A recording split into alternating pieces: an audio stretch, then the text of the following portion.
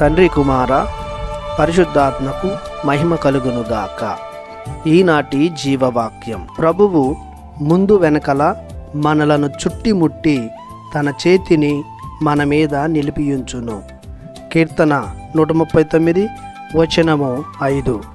ప్రియ దేవుని ప్రజలారా, సహోదరి సహోదరులారా, మన ప్రభువు యేసుక్రీస్తు కృప, తండ్రి దేవుని ప్రేమ, పవిత్రాత్మ సహవాసం మీకు లభించునుగాక.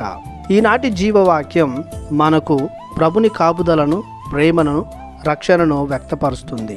ప్రభుని ఎడల విశ్వాసం ఉంచి ఆయన మార్గంలో నడుచువారికి ప్రభువు అన్ని దిక్కుల నుండి భద్రత కల్పిస్తాడు. జెడ్ కేటగిరీ లాంటి రక్షణను ప్రభువు దయచేస్తాడు. కీర్తన 121 వచనంలో చూస్తున్నాం, పగలు సూర్యుని నుండి, రేయి చంద్రుని నుండి ప్రభువు కాపాడుతాడని. కీర్తన 91లో కీర్తనకారుడు చెప్తూ ఉన్నాడు, ప్రభువు ఘోర వ్యాధుల నుండి, అంటు వ్యాధుల నుండి కాపాడుతాడని, కుడి ఎడమల శత్రువులు పడి చచ్చినను భయపడనియ్యడని, తన దూతల ఆధీనమును ఉంచి కాలికి రాయి తగలకుండా తన దూతల ద్వారా ఎత్తి పట్టుకుంటాడు అని. కరువు, యుద్ధము, ప్రకృతి వైపరీత్యాల నుండి బయట పడవేస్తాడని, హానికరమైన విషపూరితమైన జీవుల నుండి ప్రభువు భద్రతనిస్తాడు. తన రెక్కల క్రింద దాచి శాంతి సమాధానం వసగి దీవిస్తాడు. తన అభయహస్తాన్ని మనపై ఎల్లప్పుడూ ఉంచి మన కోరికలను తీర్చే ఆశీర్వాదాన్ని దయచేస్తాడు. మనపై నిలిపి ఉన్న దేవుని హస్తం మనకు ప్రభువే తోడు, నీడ, భరోసా అన్న ప్రమాణాన్ని ఇస్తుంది.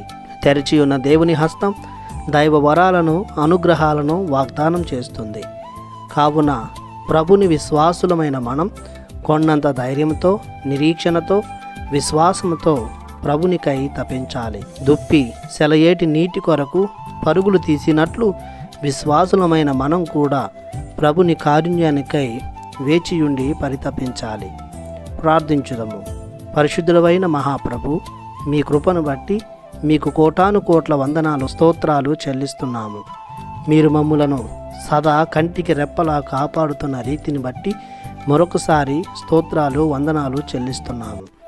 ఇలాగనే మమ్ములను ఆదరిస్తూ, ప్రేమిస్తూ, క్షమిస్తూ విశ్వాసములో పెంపొందింప చేయమని నజరేయుడు యేసు అతి పరిశుద్ధమైన నామములో ప్రార్థిస్తున్నాము పరమ తండ్రి. ఆమెన్. దేవుడు మిమ్ము దీవించునుగాక. ఆమెన్.